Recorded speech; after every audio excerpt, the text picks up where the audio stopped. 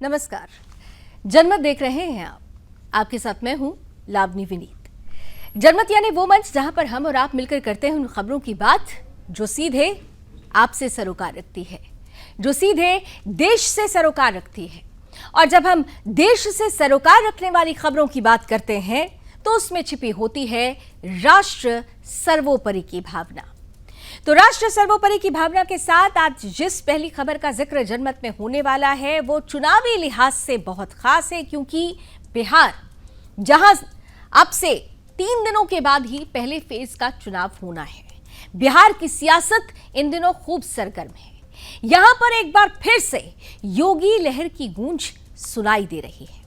चुनावी मैदान में जैसे ही उत्तर प्रदेश के मुख्यमंत्री योगी आदित्यनाथ का नाम सामने आता है, उनकी एंट्री होती है, वैसे ही एनडीए उम्मीदवारों में उत्साह की लहर दौड़ जाती है। स्टार प्रचारकों में पहला नाम उत्तर प्रदेश के मुख्यमंत्री योगी आदित्यनाथ का रहा है। हमेशा से ही बीते जितने इलेक्शंस हुए हैं, जहां जहां भी योगी आदित्यनाथ पहुंचे हैं, वहां पर चुनाव की लहर अलग ही मूड में चली गई है। और कुछ ऐसा ही नजर आ रहा है बिहार के चुनाव में भी। बिहार के कई विधानसभा क्षेत्रों से योगी जी की सभा और रोड शो की डिमांड लगातार बढ़ती जा रही है।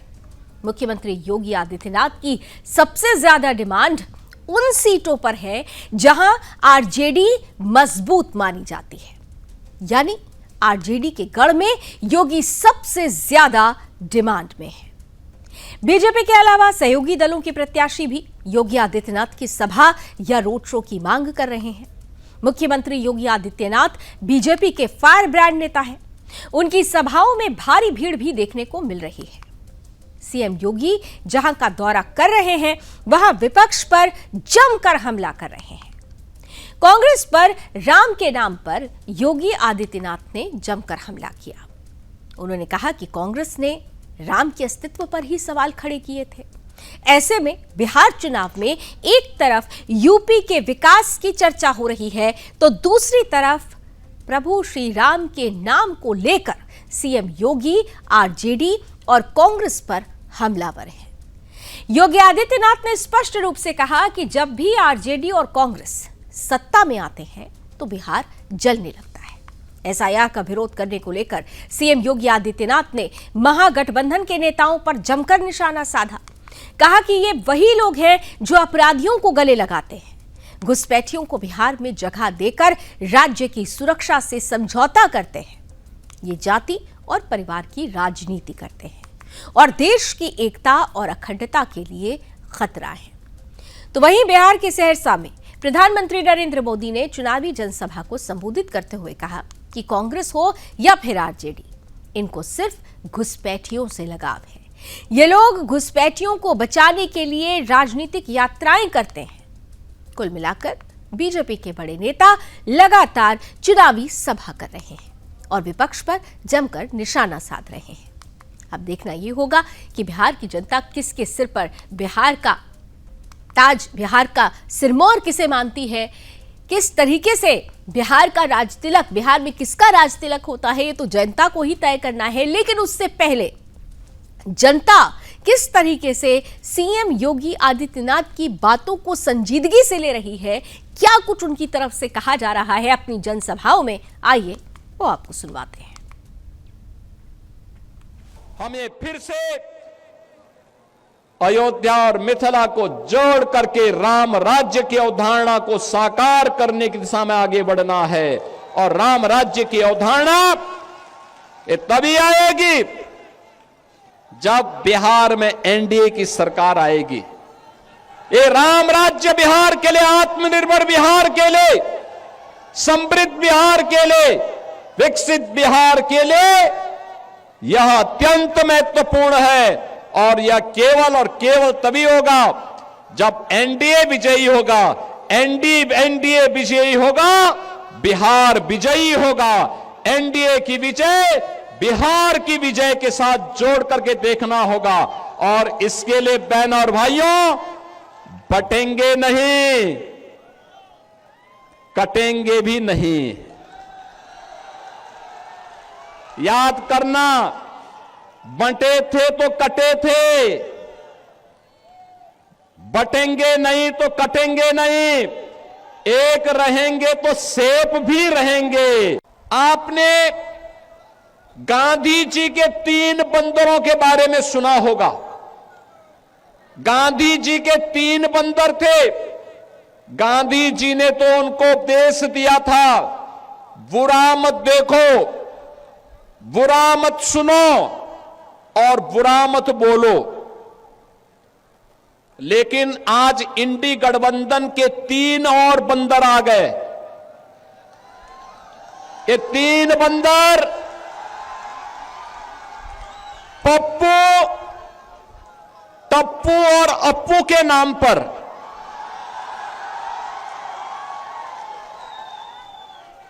पप्पू, टप्पू और अप्पू के नाम पर पप्पू सच बोल नहीं सकता, अच्छा बोल नहीं सकता, टप्पू अच्छा देख नहीं सकता और अप्पू सच सुन नहीं सकता। इन लोगों को एनडीए सरकार के द्वारा किए गए विकास दिखाई नहीं दे रहे, उसकी खुशबू इनको सुनाई नहीं दे रहा है, दिखाई नहीं दे रहा है।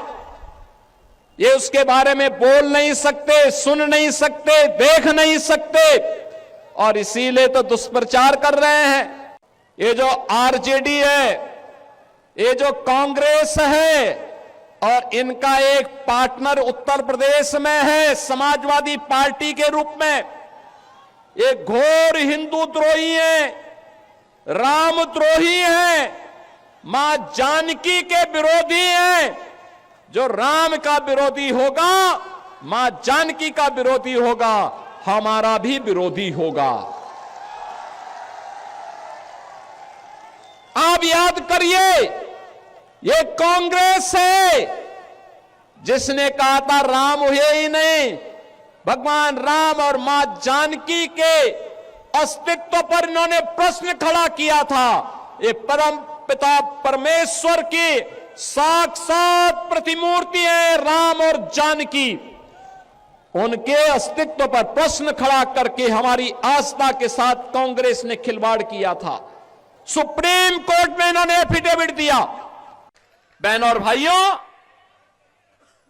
कोई आईएएस, कोई आईपीएस, कोई आईएफएस बिहार में कार्य करने को तैयार नहीं था, क्योंकि उस समय के मुख्यमंत्री के पीकदान को कौन अधिकारी लेकर के ढोए, ये तो बिहार की पहचान हो गई थी।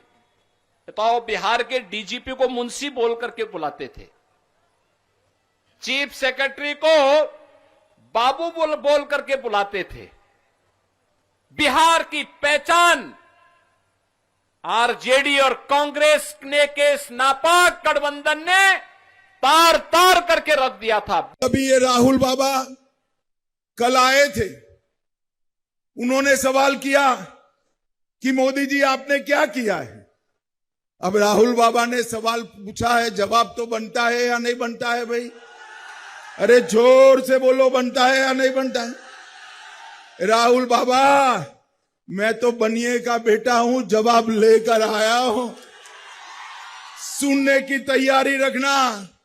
जब सोनिया लालू की सरकार थी देश में 2004 से 14, बिहार को कितना रुपया दिया आप नहीं बताते हो, मगर मैं हिसाब लेकर आया हूं। बिहार को 2,80,000 करोड़ रुपया दिया। बेलसंड वालों कितना दिया था? मैं फिर से बोलता हूं, माताएं नहीं बोलती, ऐसा नहीं चलता है भाई। 2,80,000 करोड़। कितना? आपने 10 साल में 2,80,000 करोड़ दिया। नरेंद्र मोदी जी ने 10 साल में 18,70,000 करोड़ रुपया देने का काम। कांग्रेस हो या आरजेडी, इनको सिर्फ घुसपैठियों से लगाव है। ये लोग घुसपैठियों को बचाने के लिए राजनीतिक यात्राएं करते हैं। ये लोग दुनिया भर में घूमने फिरने जाते हैं। अब मुझे बताइए भैया, क्या बिहार का भविष्य आप तय करेंगे कि घुसपैठिया तय करेगा? आप करेंगे कि नहीं करेंगे? क्या घुसपैठियों को करने देंगे क्या? घुसपैठिया आपकी जिंदगी को बनाएगा क्या? ये घुसपैठिए आपकी संपत्ति पर कब्जा कर रहे हैं, आपके संसाधनों पर अपना हक जमा रहे हैं। कहीं मजदूरी का काम हो, 200 रुपया मजदूरी हो, लेकिन ये घुसपैठिए 100 रुपये में काम करने के लिए तैयार हो जाते हैं। तो फिर यहां के नौजवान को काम कौन देगा भाई? और इसलिए बिहार को बचाना है घुसपैठियों से। घुसपैठियों को निकालना चाहिए कि नहीं निकालना चाहिए? जरा पूरी ताकत से बताइए, घुसपैठिए जाने चाहिए कि नहीं जाने चाहिए? घुसपैठियों को हटाना चाहिए कि नहीं हटाना चाहिए? ये घुसपैठियों को हटाने के लिए हम काम कर रहे हैं। तो घुसपैठियों को हटाना चाहिए। और जिस तरीके से एनडीए हल्ला बोल रहा है, जिस तरीके से प्रधानमंत्री नरेंद्र मोदी, गृह मंत्री अमित शाह और योगी आदित्यनाथ दहाड़ रहे हैं, विपक्ष ये कहा जा रहा है कि इस दहाड़ से ही चारों खाने चित्त हो रहा है। लेकिन अब जनता जनार्दन को तय करना है कि वो अगला मुकुट बिहार का सिरमौर किसे बनाना चाहती है, बिहार का मुकुट किसे पहनाना चाहती है। 6 तारीख को पहले फेज का इलेक्शन है, नजर बनी रहेगी। लेकिन इन सब के बीच आज का दिन इस लिहाज से भी बहुत खास था क्योंकि दिल्ली दंगों के आरोपी उमर खालिद, फैसला आना था उमर खालिद पर 6 नवंबर के लिए। हालांकि अब सुनवाई टाल दी गई है, लेकिन दिल्ली दंगों के आरोपी उमर खालिद का ये केस जब सुप्रीम कोर्ट में सुनवाई होने वाली हो, उससे पहले ही किस तरीके से एक बार फिर से कांग्रेस का प्रेम ऐसे दंगाइयों, ऐसे आतंकियों के खिलाफ सामने आया है, उसका उदाहरण उस वक्त सामने आया जब दिग्विजय सिंह, कांग्रेस के वरिष्ठ नेता हैं, राज्यसभा सांसद हैं, दिग्विजय सिंह ने एक बयान दिया और इस बयान ने पूरे देश में राजनीतिक भूचाल मचा दिया। जब पूरा भारत दिल्ली दंगों के जख्म नहीं भूला, तब कांग्रेस नेता दिग्विजय सिंह ने न केवल इस आरोपी को बेकसूर बताया, बल्कि उसकी तत्काल रिहाई की मांग तक कर डाली। सुप्रीम कोर्ट में जमानत याचिका पर अहम सुनवाई से ठीक पहले दिग्विजय सिंह की यह बयानबाजी सवाल खड़ा करती है। क्या कांग्रेस खुलेआम राष्ट्र विरोधी तत्वों की पैरवी कर रही है? सोशल मीडिया प्लेटफॉर्म एक्स पर दिग्विजय सिंह ने सोमवार सुबह लिखा कि उमर खालिद बेकसूर है, उसके साथ अन्याय हो रहा है। उन्होंने उमर को पीएचडी स्कॉलर बताते हुए ये तक कह डाला कि वो किसी भी मापदंड पर राष्ट्रद्रोही नहीं है। सवाल उठता है कि क्या जिन लोगों पर दिल्ली को जलाने, दंगों की साजिश रचने और यूएपीए जैसे कड़े कानून के तहत मुकदमे चल रहे हैं, उन्हें दिग्विजय सिंह बेगुनाह मानते हैं? दरअसल ये पहली बार नहीं हुआ है जब दिग्विजय सिंह का बयान आतंकियों या देश विरोधियों, देशद्रोहियों के चेहरों के पक्ष में गया हो। कभी ओसामा बिन लादेन को ओसामा जी कहकर सम्मान देने की बात हो या फिर बटला हाउस एनकाउंटर को फर्जी बताने की। हर बार कांग्रेस का ये चेहरा भारत की सुरक्षा एजेंसियों पर उंगली उठाता आया है। अब उमर खालिद को बेकसूर बताकर उन्होंने एक बार फिर से भारत विरोधी मानसिकता उजागर की है। इस पूरे विवाद पर भाजपा विधायक रामेश्वर शर्मा ने तीखा पलटवार किया। उन्होंने कहा कि दिग्विजय सिंह को आतंकवादियों से लगाव है और हिंदुस्तानियों से नहीं। अगर उन्हें आतंकियों से इतना प्यार है तो पाकिस्तान जाकर वहीं डेरा डाल लें। रामेश्वर शर्मा यही नहीं रुके, उन्होंने आगे कहा कि दिग्विजय सिंह को भारत की न्यायपालिका पर भरोसा नहीं है, बल्कि वो हमेशा उन्हीं के पक्ष में खड़े होते हैं जो देश की शांति और अखंडता के दुश्मन हैं। देश की जनता ये भी पूछ रही है कि आखिर कांग्रेसी नेताओं के शब्दों में हमेशा से ही पाकिस्तान या आतंकियों के लिए सहानुभूति क्यों झलकती है? क्या ये वही कांग्रेस है जिसने कभी देश के सैनिकों के बलिदान पर सवाल उठाए थे, सर्जिकल स्ट्राइक के सबूत मांगे थे और अब दंगों के आरोपियों के लिए न्याय की मांग कर रहा है। राजनीतिक विश्लेषक ये कह रहे हैं कि दिग्विजय सिंह का ये बयान न सिर्फ कांग्रेस की वोट बैंक की मानसिकता को दर्शाता है, बल्कि ये भी प्रमाणित करता है कि पार्टी अब राष्ट्रवाद की मुख्य धारा से पूरी तरह से कट चुकी है। सवाल साफ है कि जब देश के दुश्मनों के साथ खड़े होकर कोई नेता बेकसूर का ठप्पा लगाता है, तो क्या ये राष्ट्र सेवा है या फिर वोट राजनीति की नई पराकाष्ठा? दिग्विजय का ये बयान किस तरीके से राजनीतिक गलियारों में हड़कंप मचा रहा है, बीजेपी इस पर किस तरह से हमलावर है, आइए आपके सामने रखते हैं।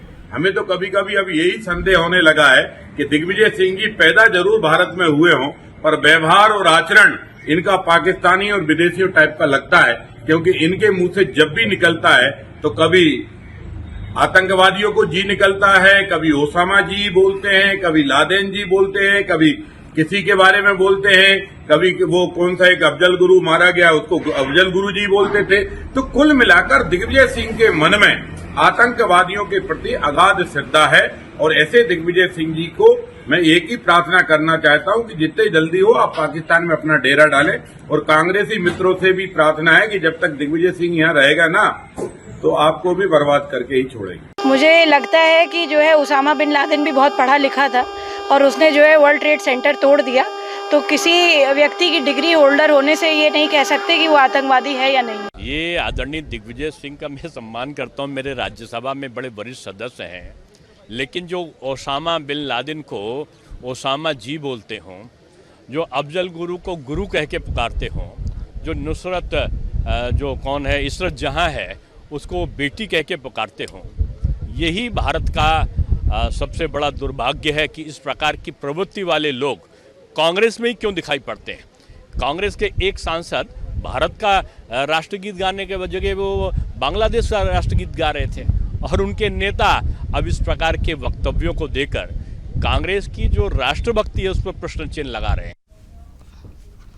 तो राष्ट्रभक्ति का दम भरते हैं लेकिन राष्ट्र विरोधियों का साथ देते हैं। अब ये जनता को तय करना होगा कि राष्ट्रभक्ति असल में फिर क्या कांग्रेस करती भी है या सिर्फ तुष्टीकरण की राजनीति को राष्ट्रभक्ति का नाम देती है, तय करना होगा। चलिए आगे बढ़ते हैं और बात कर लेते हैं एक दिल दहला देने वाली खबर की। एक सड़क हादसा हुआ जयपुर में, बहुत गंभीर ये हादसा हुआ है। नशे में धुत एक डंपर चालक ने तेज रफ्तार में पहले एक बाइक को टक्कर मारी और फिर सड़क पर मौजूद लोगों और वाहनों को कुचलता चला गया। घटना सीसीटीवी वीडियो में सामने आई है, जिसमें साफ दिख रहा है कि डंपर अनियंत्रित होकर लगातार लोगों और गाड़ियों को टक्कर मार रही है। हादसा इतना भीषण था कि कई लोग मौके पर ही डंपर के नीचे फंस गए और कई वाहनों के परखच्चे उड़ गए। पुलिस के अनुसार इस भीषण सड़क हादसे में 19 लोगों की मौत की पुष्टि हो चुकी है, जबकि दर्जन भर से अधिक लोग गंभीर रूप से घायल हुए हैं। सभी घायलों को कावटिया अस्पताल और एसएमएस ट्रॉमा सेंटर में भर्ती कराया गया है। डॉक्टरों ने बताया कि कई घायलों की हालत नाजुक बनी हुई है। प्रत्यक्षदर्शियों के अनुसार डंपर इतनी तेज रफ्तार में था कि उसने कई वाहनों को रौंदते हुए सड़क किनारे दुकानों को भी टक्कर मार दी। सड़क पर गाड़ियों के मलबे का ढेर लग गया और कुछ बाइकें डंपर के नीचे पूरी तरह फंस गई, जिन्हें निकालने में काफी वक्त भी लगा। हादसे की जानकारी मिलते ही स्थानीय लोग और पुलिस मौके पर पहुंचे और राहत और बचाव कार्य शुरू किया गया। इस दौरान अस्पतालों में कोहराम मच गया। मृतकों के परिजन रोते बिलखते नजर आए। हादसे की गंभीरता को देखते हुए मुख्यमंत्री भजन लाल शर्मा ने तत्काल कार्रवाई के निर्देश दिए और कैबिनेट मंत्री सुमित गोदारा और सुरेश सिंह रावत को अस्पताल भेजा। मुख्यमंत्री ने अधिकारियों को घायलों को हर संभव बेहतर इलाज मुहैया कराने, हर संभव मदद देने के निर्देश दिए हैं। उधर ट्रॉमा सेंटर के नोडल अधिकारी डॉक्टर बीएल यादव ने बताया कि सभी घायलों का इलाज जारी है। गंभीर रूप से घायलों को कामबटिया अस्पताल शिफ्ट किया गया है। जयपुर का यह हादसा पूरे प्रदेश को झकझोर किया है। शराबखोरी, तेज रफ्तार और लापरवाही ने एक ही झटके में कई परिवारों को उजाड़ दिया।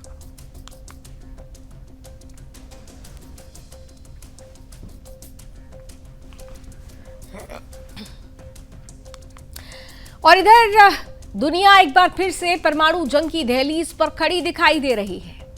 हम ये नहीं कह रहे हैं, दरअसल परिस्थिति इस तरफ इशारा कर रही है। अमेरिका के राष्ट्रपति डोनाल्ड ट्रंप ने एक ऐसा सनसनीखेज खुलासा किया है जिसने वैश्विक हल्के में भूचाल मचा दिया है। ट्रंप ने दावा किया है कि पाकिस्तान, चीन, रूस और उत्तर कोरिया जैसे देश गुप्त रूप से परमाणु परीक्षण कर रहे हैं।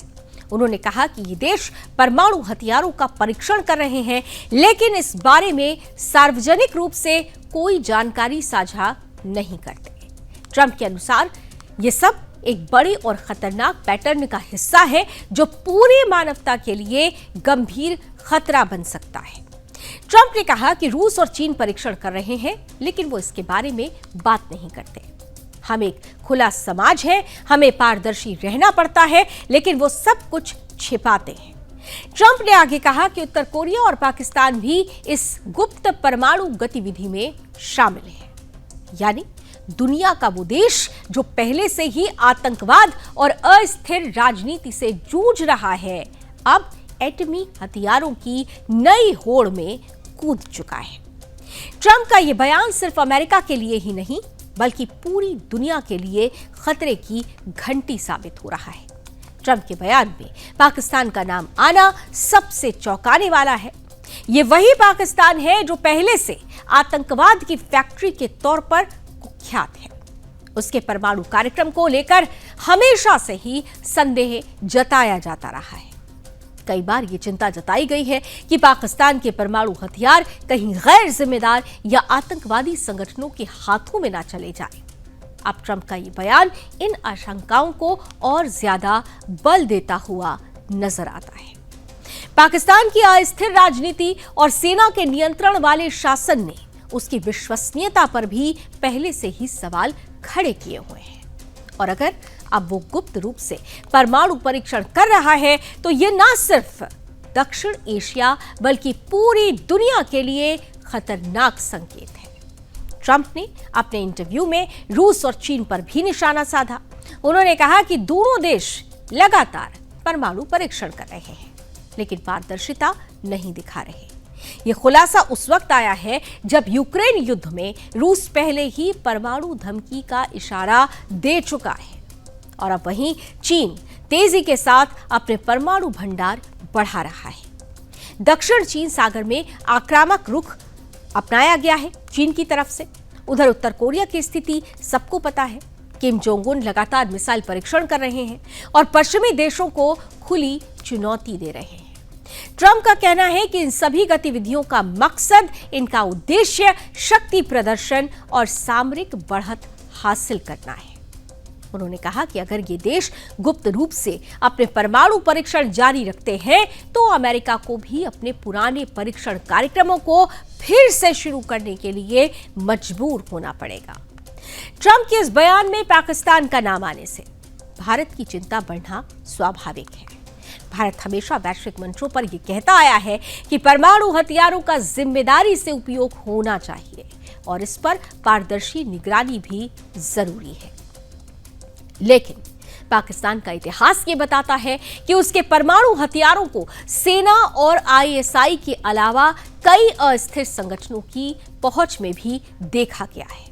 भारत के लिए ये सीधा सुरक्षा खतरा है, क्योंकि अगर पाकिस्तान गुप्त रूप से परमाणु हथियारों का परीक्षण कर रहा है तो इसका असर दक्षिण एशिया की स्थिरता पर गहरा पड़ सकता है। ट्रंप के इस खुलासे ने अंतर्राष्ट्रीय समुदाय को झकझोर दिया है।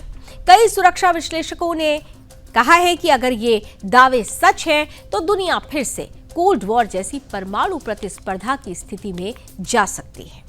रूस और चीन की महत्वाकांक्षी नीतियां, उत्तर कोरिया की सनकी मिसाइल राजनीति और पाकिस्तान की आतंक परस्ती, ये सब मिलकर एक नया परमाणु संकट तैयार कर रहे हैं। अमेरिका के राष्ट्रपति का यह बयान इस ओर इशारा करता है कि आने वाले समय में परमाणु हथियारों की होड़ और भी तेज हो सकती है।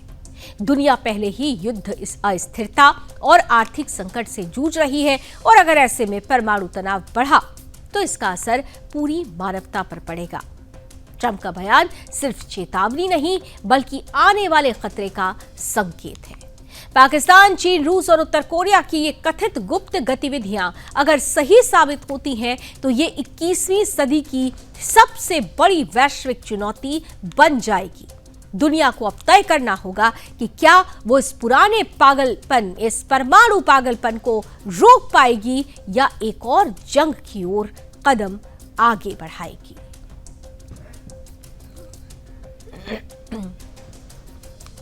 बात कर लेते हैं अब पाकिस्तान के रक्षा मंत्री ख्वाजा आसिफ की, जिन्हें आजकल डर लग रहा है। अब डर क्यों रहे हैं ये? दरअसल पाकिस्तान के रक्षा मंत्री ख्वाजा आसिफ एक बार फिर भारत पर बेबुनियाद आरोप लगाकर चर्चा में आ गए हैं। उन्होंने यह दावा किया है कि भारत चाहता है कि पाकिस्तान को पूर्वी और पश्चिमी दोनों मोर्चों पर उलझाए रखे। आसिफ का यह बयान ऐसे समय में आया है जब पाकिस्तान और अफगानिस्तान के रिश्ते बेहद तनावपूर्ण हैं और दोनों देशों की सीमाओं पर हाल ही में संघर्ष की घटनाएं हुई हैं। हालांकि बीते शुक्रवार को दोनों देशों के बीच अस्थायी युद्ध विराम पर सहमति बनी थी, लेकिन तनाव कम होने की कोई संकेत नहीं मिल रहे। ख्वाजा आसिफ ने कहा कि अगर सबूत की जरूरत है तो हमारे पास ठोस सबूत है कि भारत किस तरह से पाकिस्तान में आतंकवाद में शामिल है। भारत की मंशा है कि पाकिस्तान को पूर्वी सीमा यानी भारत से सटी जो सीमा है और पश्चिमी सीमा यानी अफगानिस्तान से लगी हुई सीमा दोनों पर ही व्यस्त रखा जाए। उन्होंने आरोप लगाया कि नई दिल्ली अफगानिस्तान में तालिबान सरकार को उकसा रही है ताकि वो पाकिस्तान की सीमाओं पर हमला करे और उसकी सुरक्षा व्यवस्था को कमजोर करे। हालांकि विश्लेषकों का मानना है कि यह बयान पाकिस्तान की घबराहट को दर्शाता है। असल में पिछले कुछ महीनों से पाकिस्तान की सीमाओं पर तालिबान के हमले बढ़ गए हैं। अफगानिस्तान के साथ चल रहे संघर्ष ने पाकिस्तान की सेना की मुश्किलें बढ़ा दी हैं। वहीं भारत के साथ सीमा पर तनाव पहले से मौजूद है। अब ऐसे में पाकिस्तान को डर है कि अगर दोनों मोर्चों पर स्थिति बिगड़ी तो उसका सुरक्षा तंत्र चरमरा जाएगा। दरअसल पाकिस्तान और अफगानिस्तान के बीच सितंबर-अक्टूबर में तकरार तब बढ़ी जब अफगान तालिबान ने पाकिस्तान की सीमाई क्षेत्रों में टीटीपी यानी तहरीके तालिबान पाकिस्तान आतंकियों को शरण देने से इनकार करने के बावजूद सीमा पार हमलों को रोकने से मना कर दिया। दोनों देशों के बीच कई बार गोलीबारी और सीमा पर हमले हुए, जिनमें पाकिस्तानी सैनिकों की मौत भी हुई। इसके बाद पाकिस्तान ने कई अफगान नागरिकों को देश छोड़ने का अल्टीमेटम भी दिया, जिससे रिश्तों में और दरार आ गई। ख्वाजा आसिफ के अनुसार पाकिस्तान के राजनीतिक दल, सेना और आम जनता सभी इस बात पर सहमत है कि अफगानिस्तान मुद्दे का तत्काल समाधान बेहद जरूरी है। अफगान धरती से आतंकवाद को पूरी तरह खत्म किया जाना चाहिए, लेकिन यह बयान सुनकर अंतर्राष्ट्रीय विश्लेषकों ने व्यंग करते हुए कहा कि पाकिस्तान जो खुद दशकों से आतंकवाद को अपनी रणनीति के तौर पर इस्तेमाल करता आया है, वही अब दूसरों को आतंकवाद रोकने की नसीहत दे रहा है। पाकिस्तान की मीडिया रिपोर्ट्स के अनुसार आसिफ ने दावा किया है कि भारत ऑपरेशन सिंदूर के जरिए पाकिस्तान को भारी नुकसान पहुंचा चुका है और अब काबुल के जरिए उस पर दबाव बढ़ा रहा है। दरअसल ऑपरेशन सिंदूर पाकिस्तान की ओर से एक सैन्य असफलता के तौर पर देखा जाता है, जिसमें भारत ने रणनीतिक तौर पर कई मोर्चों पर उसे पछाड़ा था। इसी वजह से पाकिस्तान अब लगातार भारत के खिलाफ प्रचार युद्ध चला रहा है। कुछ दिन पहले भी ख्वाजा आसिफ ने कहा था कि भारत अफगानिस्तान की जमीन से पाकिस्तान के खिलाफ लो इंटेंसिटी वॉर यानी कम तीव्रता का युद्ध लड़ रहा है। उन्होंने ये भी कहा था कि मई में इस्लामाबाद और नई दिल्ली के बीच 4 दिन चले संघर्ष में भारत ने पाकिस्तान को हारा हुआ महसूस कराया और अब पाकिस्तान पर मनोवैज्ञानिक दबाव बनाया जा रहा है। विश्लेषकों का कहना है कि पाकिस्तान के रक्षा मंत्री का यह बयान दरअसल अपने घरेलू असंतोष से ध्यान भटकाने की कोशिश है। पाकिस्तान की अर्थव्यवस्था चरमराई हुई है, महंगाई आसमान छू रही है, IMF की शर्तों ने जनता पर बोझ बढ़ा दिया है और अफगान सीमा पर आतंकवाद ने सेना को थका दिया है। ऐसे में भारत को खलनायक बनाकर पाकिस्तानी सरकार अपनी नाकामियों से जनता का ध्यान भटकाने की रणनीति अपना रही है। भारत की ओर से इस पर कोई औपचारिक प्रतिक्रिया नहीं दी गई है, लेकिन भारतीय विदेश मंत्रालय के सूत्रों के अनुसार पाकिस्तान की आदत है कि हर असफलता का ठीकरा भारत पर फोड़ना। भारतीय रक्षा विशेषज्ञों का कहना है कि भारत अफगानिस्तान में शांति और स्थिरता चाहता है, जबकि पाकिस्तान अपनी खुद की नीतियों के जाल में ही फंसा हुआ है। कुल मिलाकर ख्वाजा आसिफ का ये बयान पाकिस्तान के भीतर चल रहे राजनीतिक और सैन्य संकट का प्रतिबिंब है, जहां एक ओर वो भारत पर आरोप लगाकर अपनी सरकार की नाकामी छिपाने की कोशिश कर रहा है, तो वहीं दुनिया जानती है कि पाकिस्तान अब अपने ही बनाए आतंकवाद के जाल में उलझ चुका है।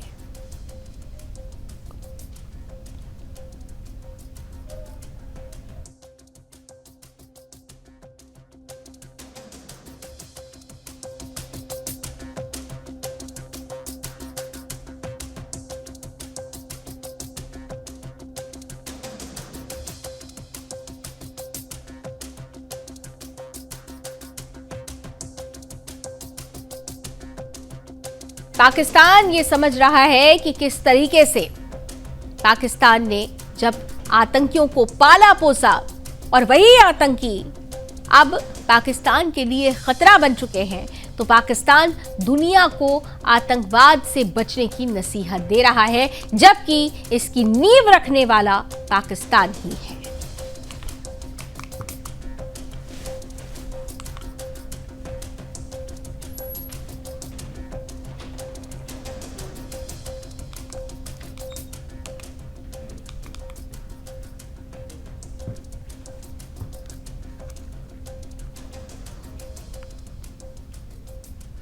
और आइए अब हम जनमत के आखिरी पड़ाव पर यानी आज की गुड न्यूज की तरफ आ चुके हैं। तो आज की गुड न्यूज बहुत खास है, विशेष है, क्योंकि भारत की अंतरिक्ष शक्ति एक बार फिर से ऐतिहासिक मोड़ पर है। एक ऐतिहासिक छलांग लगाई है भारत की अंतरिक्ष शक्ति ने।